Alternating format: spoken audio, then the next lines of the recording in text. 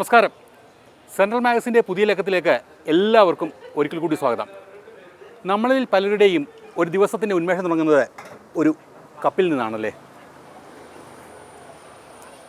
ചായ പലരുടെയും ജീവിതത്തിൽ ഒരു അവിഭാജ്യ ഘടകമാണ്.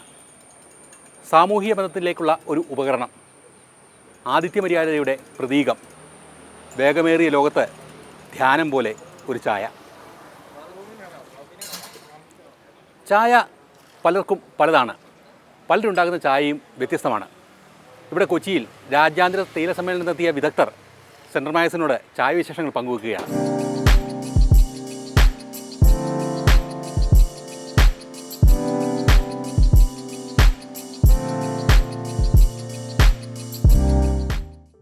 ചായ ഒരു സാധാരണ പാനീയമല്ല.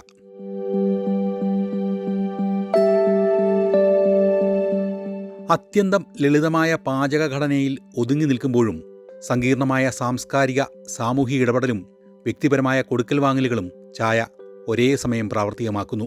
Tea is not more than a cup of tea or a plantation crop. I think tea, there is a lot of heritage that is connected with culture. It is also connected with identity. So there are various things that connect tea, and there are various meanings to tea for various countries, various origins. So that's the importance of tea. It's a culture.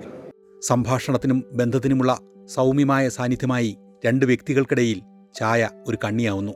ഒരു വലിയ സമൂഹത്തെ രുചിയെടുപ്പത്താൽ ചേർത്ത് നിർത്തുന്നു. Like in Iran, we have one of the biggest, oldest buyers from Iran who is here, Mr. Yahya Bayad.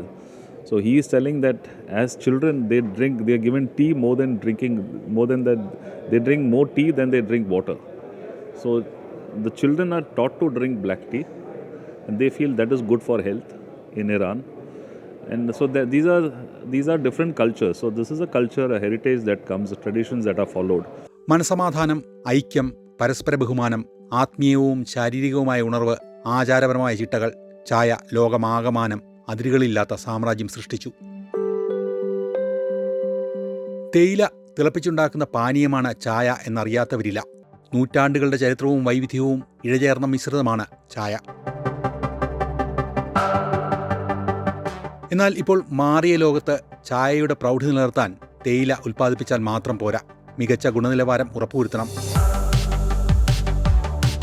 രാജ്യാന്തര വിപണിയിൽ ആവശ്യക്കാരും മികച്ച വിലയും ലഭിക്കാൻ മൂല്യവർദ്ധിത മേഖല ഉണരണമെന്ന് കൊച്ചിയിൽ ഉപാസി രാജ്യാന്തര തേയില കൺവെൻഷനിൽ പങ്കെടുത്ത വിദഗ്ധർ പറയുന്നു. The idea is to create a roadmap for the future of tea. At the moment, tea industry is in a crisis. How do you overcome the crisis? So we have the cost of production of tea going up, but the price of tea is not going up. It is actually going down. So tea is becoming unsustainable, the business.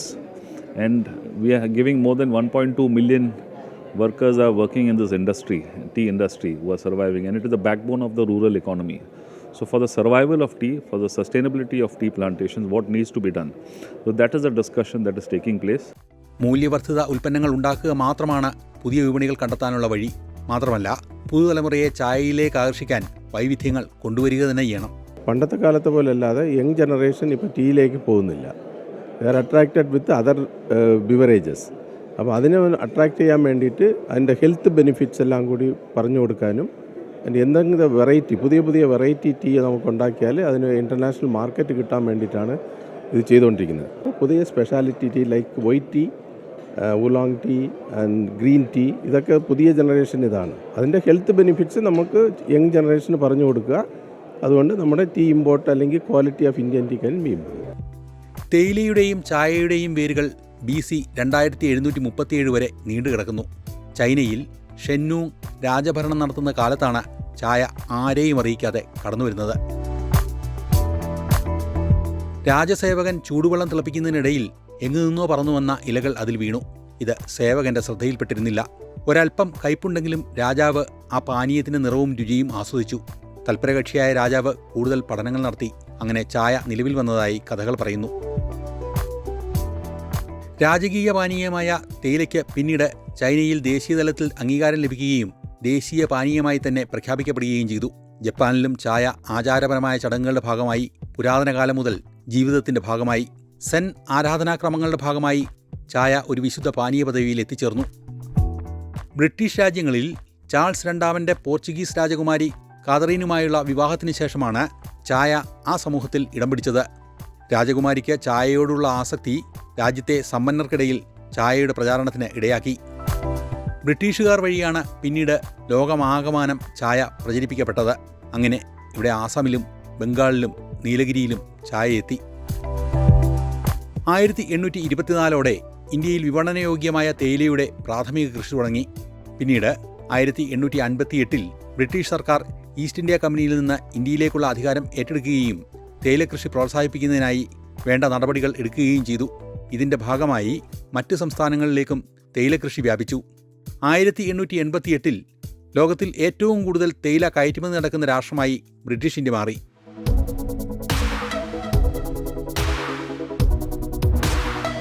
ഇന്ന് തേയില കൃഷി നിരവധി വെല്ലുവിളികൾ നേരിടുന്നുണ്ടെങ്കിലും നമുക്ക് ചുറ്റും വിവിധ ഇനം തേയില ഉൽപ്പന്നങ്ങൾ വിൽപ്പനയ്ക്കായി എത്തുന്നുണ്ട്.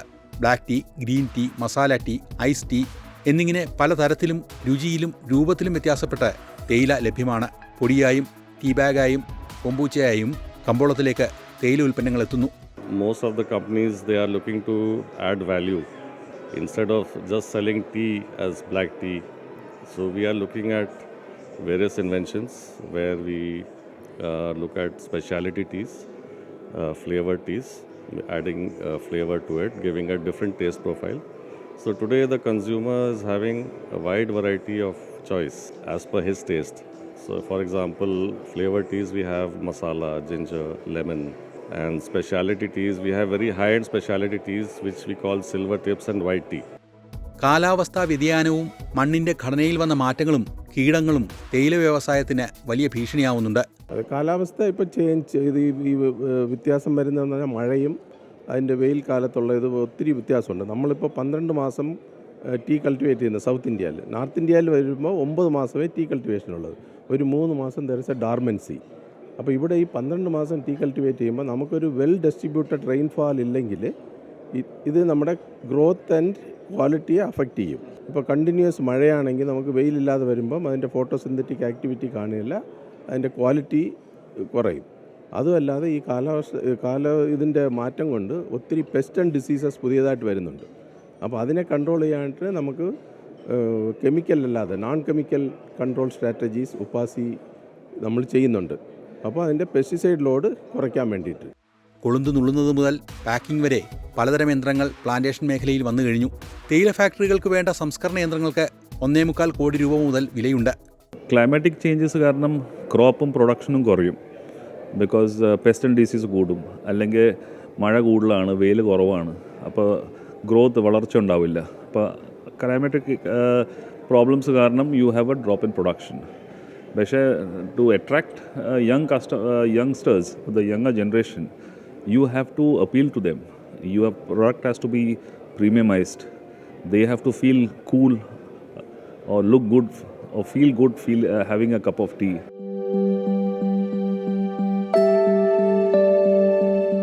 ഒരു കപ്പ് ചായയുടെ അടിസ്ഥാന സ്വഭാവത്തിൽ മാറ്റം വന്നിട്ടില്ലെങ്കിലും വ്യത്യസ്തമായ പല പരീക്ഷണങ്ങളും ചായയിൽ നടക്കുന്നുണ്ട്. മസാലയും ഏലക്കയും ഇഞ്ചി, നാരങ്ങ തുടങ്ങി പല സുഗന്ധദ്രവ്യങ്ങളും പൂക്കളും ഔഷധ സസ്യങ്ങളും തേയിലയുടെ കൂട്ടുകാരായി ചായയിൽ ഇടം പിടിക്കുന്നു. Because this is specialty, you can see tails of blue, you can see the color. So here we are mixing the blue pea flowers and the rose petals and the chamomile. So it is good for relaxation and good for sleep.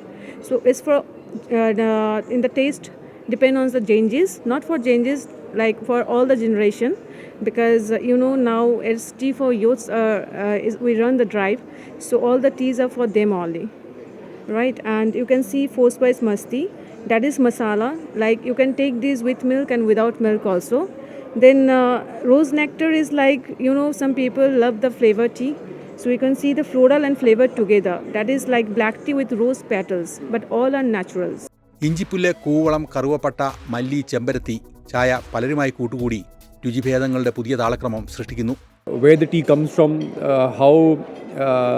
how it is plucked, when it is plucked, and how it's presented to you. Whether it's a second flush tea, whether it's in blended form, whether it's flavored. I think if you present it and tell them a story of what it is and why it is different, I think then that's where they get interested. But it's very difficult to tell stories because we're living in a generation with very short attention spans. So nobody, wants to spend time learning about something that is not delivered in a small.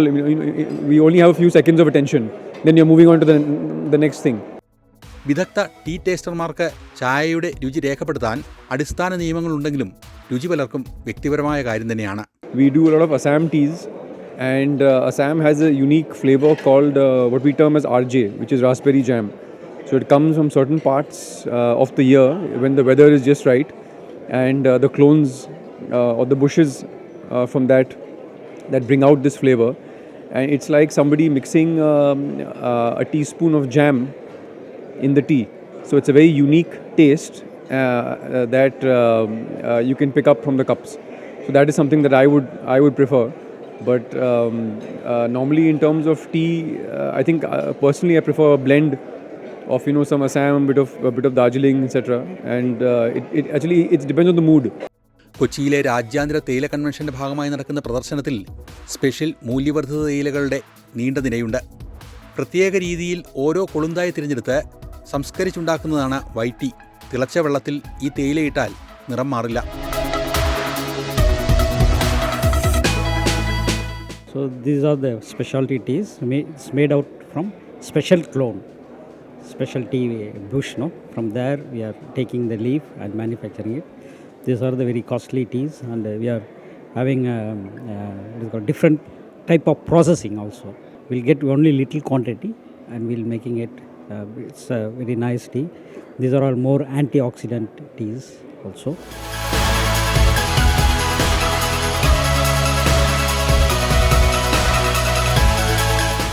We have to dry it in the sunlight, and we are manufacturing like this. We are having small rollers like. So very lightly we have to roll. This is 2 leaf and buds actually. There is the bud also there, 2 leaves also there. So these are all, this is very trill. You will have to roll like this, very small, little by little, not like other teas. So other teas means it will be cut into small pieces, but it's light rolls and it makes difference. When this is orange twist means it will have some orange taste, it will be there.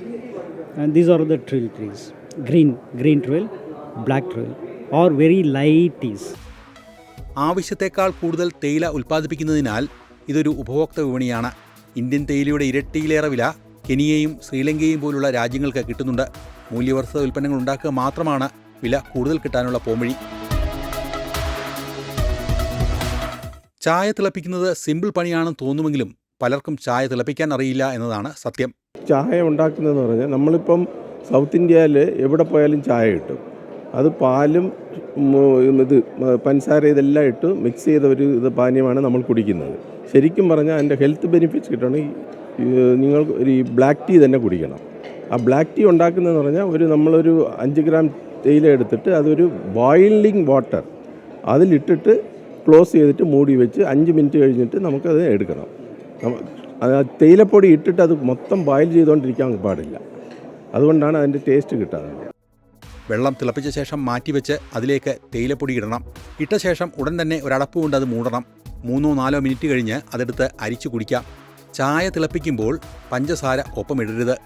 ശേഷമുള്ള ആവി പാത്രത്തിലേക്ക് തന്നെ വീഴേണ്ടതുണ്ട്. ഇത് രുചിയിൽ പ്രധാനമാണെന്ന് മാത്രമല്ല, ആരോഗ്യപരമായി ചായയിൽ വേണ്ട പല കാര്യങ്ങളും ബാഷ്പീകരിച്ചു പോകുന്നത് ഒഴിവാക്കാം. The way we make tea, the process is very similar. Like initially you asked me, geography affects, like the altitude matters, soil condition matters. There are a lot of factors which affect even the leaf. There are various types of tea leaves which also will determine what the quality of tea is. Elevation, rainfall, temperature, soil conditions, everything makes a difference. So a lot of teas, you may have the same tea growing in Assam or in South, but they'll have a very different taste and will be there. രോഗപ്രതിരോധ സംവിധാനത്തിന് വേണ്ട anti ഓക്സിഡൻറ്റുകൾ ഉൾപ്പെടെയുള്ള കൂട്ടുകൾ തിളപ്പിച്ച് കളയരുത്. ഇപ്പോൾ ജപ്പാനിൽ ഒരു culture എന്ന് പറഞ്ഞാൽ മാച്ച ടീ കൾച്ചറാണ്. അതായത് ഗ്രീൻ ടീ എടുത്ത് അവർ വളരെ ഫൈൻ ടാൽക്കം പൗഡർ പോലെ പൊടിച്ചെടുക്കും. എന്നിട്ട് അവർ വെള്ളത്തിൻ്റെ കൂടെ ഒന്ന് കലക്കിയിട്ട് അത് കുടിക്കും. അവർ ടീ ലിക്കർ മാത്രമല്ല കുടിക്കുന്നത്, ആ ചായയും കൂടെ കുടിക്കും. അപ്പോൾ ഒരു മാച്ച ടീ എന്ന് പറഞ്ഞാൽ ആ ചായ കുടിക്കുന്ന മുമ്പ് എല്ലാ ഫുൾ ആൻറ്റി ഓക്സിഡൻറ്റ് ബെനിഫിറ്റ് ഉണ്ടാവും, ബോഡീൻ്റെ മെറ്റബോളിസം കുറച്ച് കൂടും. അപ്പോൾ അതൊരു സൂപ്പർ ഫുഡാണ് മാച്ച ടീ.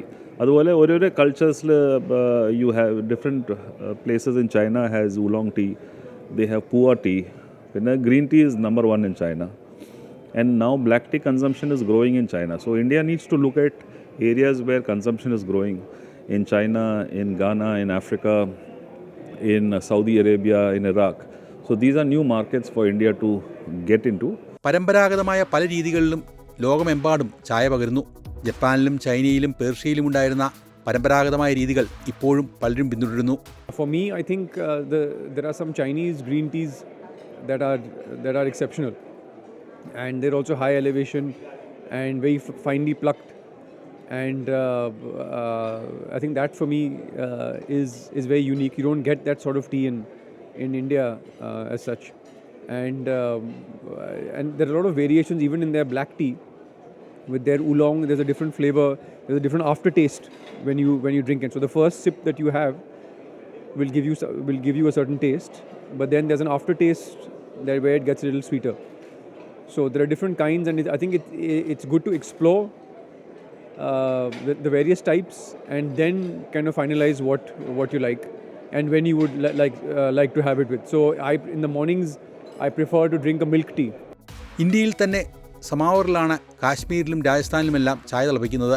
ഹിമാലയൻ മേഖലകളിൽ യാക്ക് എന്ന മൃഗത്തിൻ്റെ നെയ്യാണ് ചായയിൽ പ്രധാനമായി ഉപയോഗിക്കുന്നത്. മധുരത്തേക്കാൾ ഉപ്രസമാണ് ഇതിന് കൂടുതൽ. പൂനെയും ഹൈദരാബാദും ചെന്നാൽ വേറിട്ട ചായകൾ രുചിക്കാം. പിച്ചളപാത്രത്തിൽ ഏലക്ക പൊടിയിട്ട് ഇഞ്ചി ചേർത്തുണ്ടാക്കുന്ന അമൃത് തുല്യ ചായ, മൺപാത്രത്തിൽ ഉണ്ടാക്കുന്ന തന്തൂരി ചായ എന്നിങ്ങനെ പല ചായ പരീക്ഷണങ്ങളും ഹിറ്റാണ്. That depends on your taste, that if you want the bitter taste, then you need to brew for 4 to 5 minutes. If you want the light taste, then you need to brew for 1 to 2 minutes, right? So we can see all the gift packages that go with all the celebration, like any occasion, marriage purpose. So we have so many gift collection in Chaichun and OKT also. ഇന്ത്യയിലെ ഡാർജിലിംഗിലെ ഒക്കായ് tea, ചായ്ചുൻ എന്നീ ബ്രാൻഡുകൾ ഉൽപ്പാദിപ്പിക്കുന്ന plantation അവരുടെ തൊഴിലാളികളുടെ ചിത്രവും ചരിത്രവും ഓരോ പാക്കറ്റിലും രേഖപ്പെടുത്തിയിരിക്കുന്നു.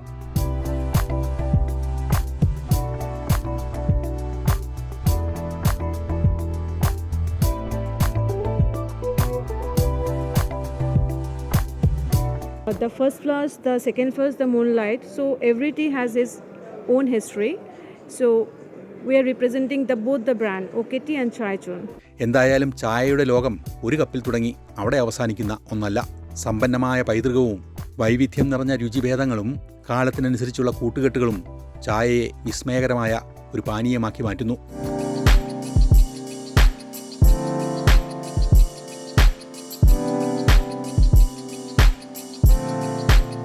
ലോകത്തിൽ ഏറ്റവും അധികം വിശ്വാസികളുള്ള ഒരു മതമാണ് ചായ എന്ന് പറഞ്ഞാലും അതിൽ തെറ്റില്ല.